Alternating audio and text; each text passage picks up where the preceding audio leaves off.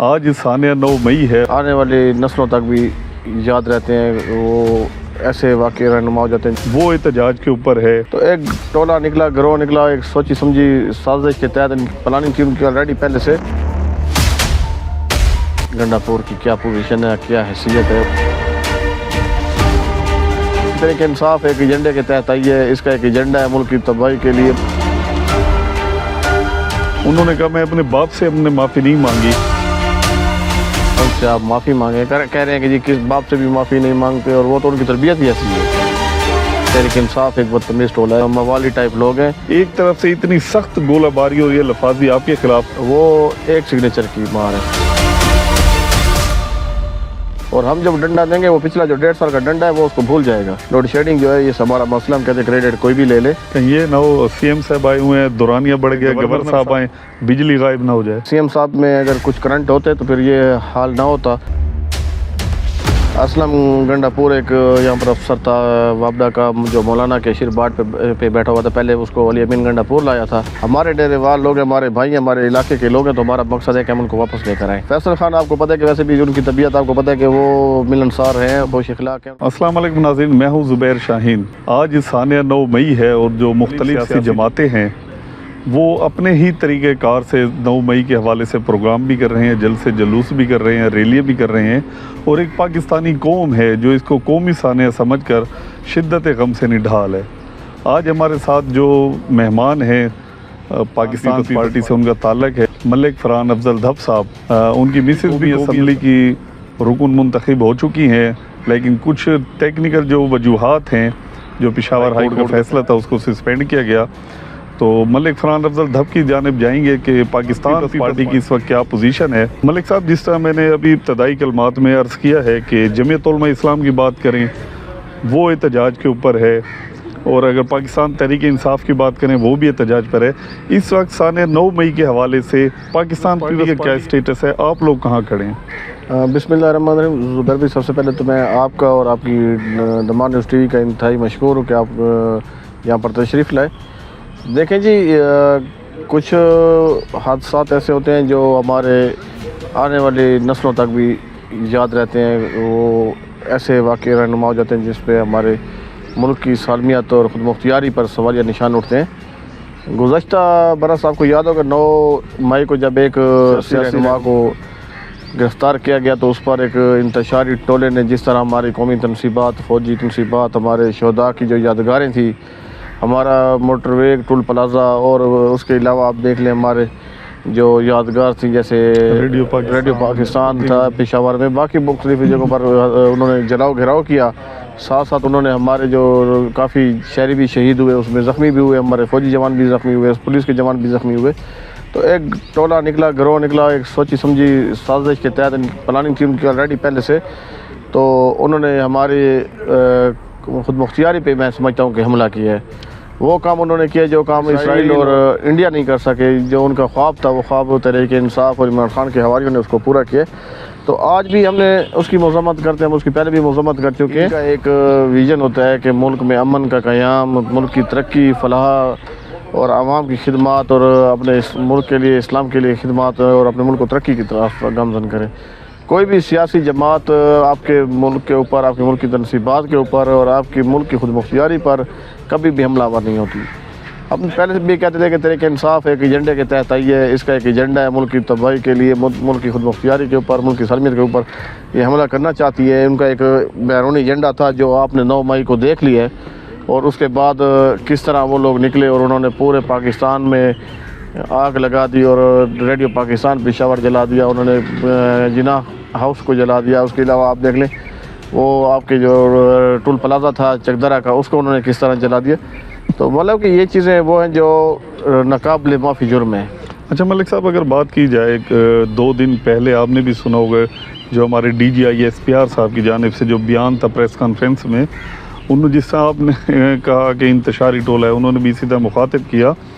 لیکن انہوں نے ایک جو مین چیز سے انہوں نے یہ کہا کہ ان کو چاہیے سب سے پہلے یہ معافی مانگیں، قوم سے معافی مانگے. لیکن اس کے رد عمل میں ہم نے دیکھا کہ پاکستان تحریک انصاف کی جو موجودہ قیادت جو باہر ہے، اب تو عمران خان صاحب کا بھی اس کے اوپر جو آیا ہے جواب کہ معافی کس چیز کے مانگیں. اسد کیسر صاحب کا بیان آپ کی نظروں سے گزرا ہو، جی۔ انہوں نے کہا میں اپنے باپ سے ہم نے معافی نہیں مانگی تو یہ نہیں ریاست پاکستان سے معافی کیا مانگنا. تو یہ آپ کس طرح دیکھتے ہیں؟ ہمارا جو DGI-SPR ہے ایک ادارہ ہے اور بیش بہا قربانیاں بھی ہیں، اور انہوں نے اس چیز کو کلیئر بھی کیا کہ ہمارا کام بھی نہیں ہے کہ ہم سے مذاکرات، حکومت ہے جو اس سے مذاکرات کریں، لیکن معافی مانگے جو سانحہ 9 میں ملوث ان کو سزا جزا کا عمل ہونا چاہیے. تو آپ کس اس تناظر میں اس کو دیکھتے ہیں؟ اس کے بعد جو ریئیکشن پاکستان تحریک انصاف نے دیا ہے. دیکھیں بالکل، آپ پہلی بات تو یہ جی کہ معافی مانگنے کا مقصد یہ ہے کہ آپ ہماری جو پاکستان کی قوم ہے، عوام ہے، ان کے سامنے آئیں، ان سے آپ معافی مانگیں کہ یہ جو کام ہوا ہے یہ سراسر غلط ہوا ہے، اس میں جو نہ صرف ملوث تھے انہوں نے غلطی کی، ہم سے غلطی کی ہوئی ہے اور ہم اس کی معافی مانگتے ہیں اور اس کی سزا جو بھی سزا ہے اس کو ہم بھگتنے کے لیے تیار ہیں. ساتھ ساتھ آپ دیکھیں کہ جس درمی سے یہ لوگ کہہ رہے ہیں کہ جی کس باپ سے بھی معافی نہیں مانگتے، اور وہ تو ان کی تربیت ہی ایسی ہے. عمران خان نے PTI کے لوگوں کی وہ تربیت کی ہے کہ وہ ان کو نہ اپنے باپ کی تمیز ہے، نہ والدہ کی، نہ بھائی کی، نہ بہن کی، نہ ملک کی، نہ اسلام کی. تو وہ ایک بدتمیز ٹولہ ہے، ہم پہلے بھی کہتے آئے ہیں، تحریک انصاف ایک بدتمیز ٹولہ ہے. اس میں جو بھی لیڈرشپ اس کو زیادہ سے زیادہ وہ پاپولر ہوتا ہے جو زیادہ بدتمیز ہو، جو جتنی زیادہ گالیاں بکتا ہے، جتنی زیادہ بدتمیزی کرتا ہے PTI کے لوگ، اور PTI میں اس کو زیادہ عزت کے نگاہ سے دیکھا جاتا ہے. تو یہ ایک غنڈہ گروپ ہے، ایک موالی ٹائپ لوگ ہیں.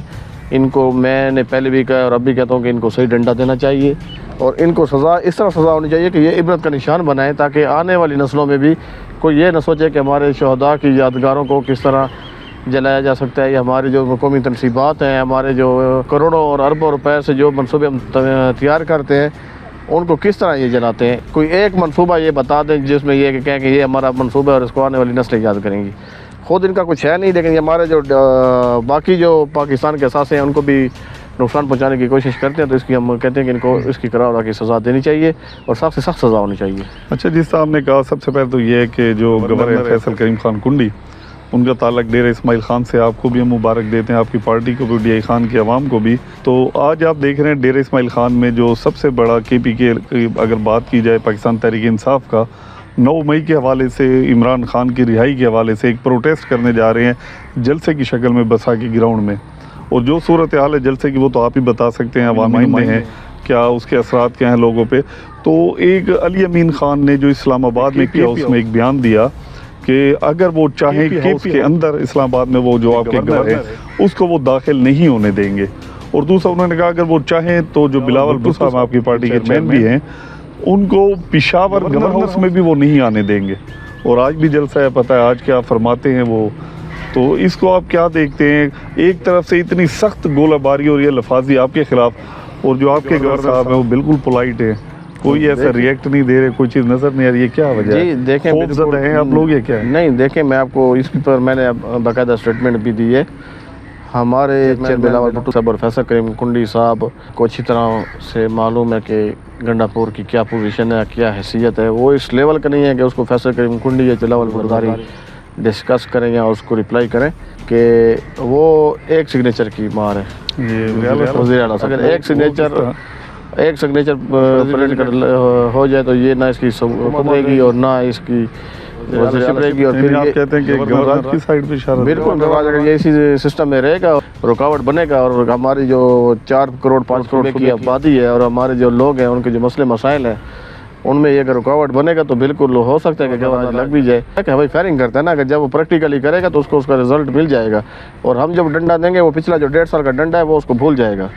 ہمارا جو ڈنڈا ہوگا وہ انشاءاللہ اس کی آنے والی نسلیں بھی یاد کریں گے. آج کس طرح دیکھتے ہیں ڈیرہ اسماعیل خان؟ دیکھیں آج اس نے بڑی محنتیں کی ہوئی ہیں، بڑا اس نے ٹارگیٹ دیا ہوا ہے کہ آپ جو ہے نا ٹانگ سے اور بنو سے، لکی سے اور کرک سے، کوہاٹ سے بھی جو ہے نا گاڑیاں بھر کے لائیں اور یہاں پر جو ہے نا جلسے میں وہ شرکت کریں. تو آج شام کو جلسہ ہے، آپ کے سامنے ہوگا، انشاءاللہ دیکھ لیں گے کہ کیا کارکردگی ہے. کل خواتین کی بھی ایک بڑی تعداد باپردہ خواتین ہے، جو ہمارا کلچر ہے ڈیرہ اسماعیل خان کا، سڑکوں پر آئی ہیں، بجلی نہیں ہے.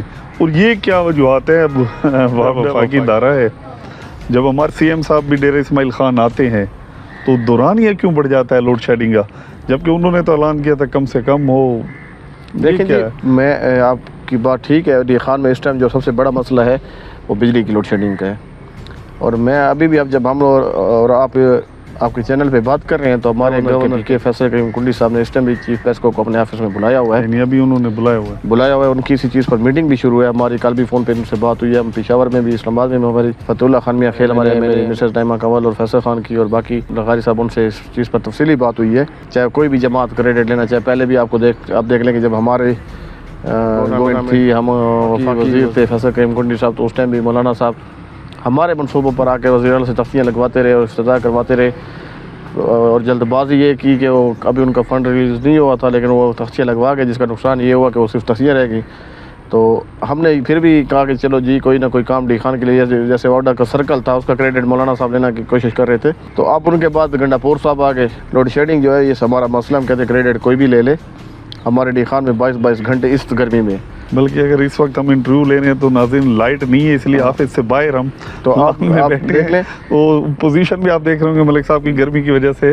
تو فیصل کی آپ بات کر رہے تھے, پھر وہ کچھ مسئلہ حل کرائیں گے. بالکل, اس ٹائم بھی ان کو بلایا ہوا ہے. ہمارا جو مین مسئلہ ہے لوڈ شیڈنگ کا, ہم اس کو انشاءاللہ جلد سے جلد حل کریں گے. چند دنوں میں آپ دیکھ لیں گے انشاءاللہ. گورنر خان بھی آ رہے ہیں. پہلا یہ نہ ہو سی ایم صاحب آئے ہوئے ہیں, دورانیہ بڑھ گیا, گورنر صاحب آئے, بجلی غائب نہ ہو جائے. نہیں جی, اگر سی ایم صاحب میں اگر کچھ کرنٹ ہوتے تو پھر یہ حال نہ ہوتا. ہمارا انشاءاللہ جو ہے نا زیادہ ڈائلاگ اور ان کی طرح ہوائی فائرنگ کرنے والا موڈ نہیں ہے. یہاں پر انشاءاللہ ڈی خان میں بجلی کا مسئلے حل ہوں گے, نہیں ہوں گے تو افسران یہاں پہ نہیں ہوں گے انشاءاللہ. یعنی جس طرح ماضی کریم میں ضیاء الرحمن صاحب نے کہا تھا اسلم خان کے لیے, آپ کے بھی بیان آئے کہ ہم اس کو 24 گھنٹے میں ٹرانسفر, یعنی آج آپ یہ کہہ رہے ہیں اگر آپ کل تشریف لا رہے ہیں ڈیرہ اسماعیل خان میں, نہیں تو اگر جو افسران یعنی جو مسئلے کا حل نہیں نکالیں گے تو ٹرانسفر ہوگا. نہیں, ہمارا مقصد کل کا نہیں ہے. نہیں, مقصد ہے اگر وہ نہیں کرتے تو ان کو ٹرانسفر کریں. بالکل ٹرانسفر کریں گے جی. 24 گھنٹے لوڈ شیڈنگ یا 20 گھنٹے لوڈ شیڈنگ برداشت کرے, اس پہ کمپرومائز نہیں ہوگا. ہم نے ان سے کہا ہے کہ آپ اس کا حل نکالیں, ریکوری کے لیے ہم آپ کے ساتھ تعاون کرنے کے لیے تیار ہیں. بجلی چوری پر آپ فل ایکشن لیں, ہم آپ کے ساتھ, ہم کسی کی سپورٹ نہیں کریں گے. اچھا, حکومت میں کافی ایسے لوگ تھے جن کا تعلق ڈیرہ اسماعیل خان, وابڈا نے ان کو دیگر علاقوں کے اندر ٹرانسفر کیا. کیا یہ امید کی جا سکتی ہے فیصل کریم خان کنڈی کے وفاقی ادارہ ہے جو آپ کے ڈی خان کے لوگ ہیں ان کو دوبارہ آپ ڈی خان لائیں گے؟ بالکل, اس پہ ہماری جو 40 لوگ ڈی خان کے یہاں سے ٹرانسفر ہوئے ہیں اور ناحق ہوئے ہیں, ان کے ساتھ زیادتی ہوئی ہے. اسلم گنڈا پور ایک یہاں پر افسر تھا وابڈا کا, جو مولانا کے شیر باٹ پہ بیٹھا ہوا تھا. پہلے اس کو علی امین گنڈا پور لایا تھا, پھر وہ مولانا کے ساتھ اس کی سیٹنگ تھی اور وہ مولانا کا بڑا قریبی چمچہ بنا ہوا تھا, اور اس نے 20 ہمارے 40 لوگوں کو یہاں سے شفٹ کیا ہے. ڈیرے والے لوگوں کو نقصان دیا ہے, جس کی وجہ سے وہ خود بھی ڈی خان کا تھا. اور اس نے جو الفاظ ڈی خان کے لوگوں کے لیے بولے ہیں وہ بھی آپ کے سامنے ہیں. ہمارے ڈیرے والے لوگ, ہمارے بھائی, ہمارے علاقے کے لوگ ہیں, تو ہمارا مقصد ہے کہ ہم ان کو واپس لے کر آئیں, اور انشاءاللہ وہ جلد آ بھی رہے ہیں. انشاءاللہ اس کے لیے فیصل خان کی اور ہماری باقاعدہ اس پہ بات ہو چکی ہے, ابھی بھی بات چل رہی ہے. انشاءاللہ میں آپ کو یہ یقین دہانی کراتا ہوں کہ چند دن میں انشاءاللہ ڈی خان کا جو سب سے بڑا مسئلہ بجلی کا ہے یہ حل ہو جائے گا. لوڈ شیڈنگ انشاءاللہ جو ہے, ہاں یہ نہیں کہتا کہ 100% لوڈ شیڈنگ ختم ہوگی, لیکن لوڈ شیڈنگ جو ہماری ہے وہ یہ جو 20 گھنٹے ہے یا 22 گھنٹے ہے وہ انشاءاللہ 10 سے 12 گھنٹے پر آ جائے گی. اور ہماری کوشش ہے, بہت بڑا کام ہوگا موجودہ جو صورتحال بنی ہوئی ڈی خان کے لیے.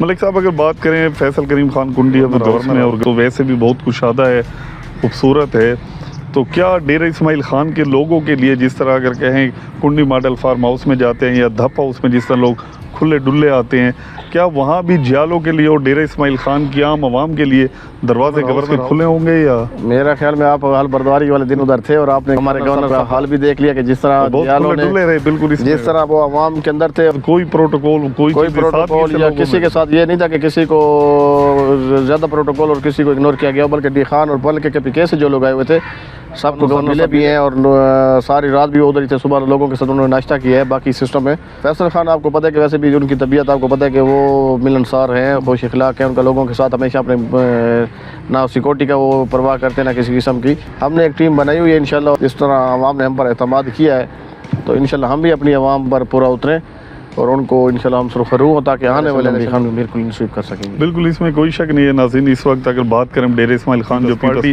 سب سے بڑی جماعت بن کر ابھری ہے, ملک صاحب آخر میں پروگرام میں جو ہم آپ سے کویسچن کرتے ہیں, کیونکہ ویسے تو سیاسی معاملات بہت سے ایشو ہوتے ہیں, لیکن جو آج کا دن ہے وہ ثانیہ 9 مئی کے حوالے سے ہے, جس لیے ہم نے آپ سے انٹرویو بھی کیا ہے اور آپ کو تکلیف بھی دی ہے. تو آخر میں آپ کیا کہیں گے کہ ایک تو لوگوں کے نام پیغام 9 مئی کے حوالے سے، دوسرا یہ آپ کی نظر میں کیا ہے جو ثانیہ 9 مئی میں جو لوگ بھی ملوث تھے یا جو ان کے سہولت کار تھے ان کو سزا قانون کے مطابق ملنی چاہیے نہیں ملنی چاہیے؟ دوسرا کویسچن اس کے ساتھ یہی ہے کہ جو ہماری جوڈیشری ہے یا جن کے مقدمات کیسز چل رہے ہیں، آپ اس سے مطمئن ہیں جو اسپیڈی ٹرائل ہیں یا نہیں ہے اس صورتحال سے؟ دیکھیں جی، سب سے پہلے تو میں آپ کو ایک بات بتاؤں کہ میں سمجھتا ہوں کہ یہ ثانیہ ڈھاکہ کے بعد جو ہے سب سے بڑا ثانیہ تھا جو 9 مئی کو ایک کوشش کی گئی ہے پاکستان کو توڑنے کی اور بغاوت کی، اور میں اپنے سیکورٹی فورسز کے اداروں کو اپنے فورسز کو خراج تحسین بھی پیش کرتا ہوں کہ انہوں نے بروقت کارروائی کی اور اس کو کنٹرول کیا۔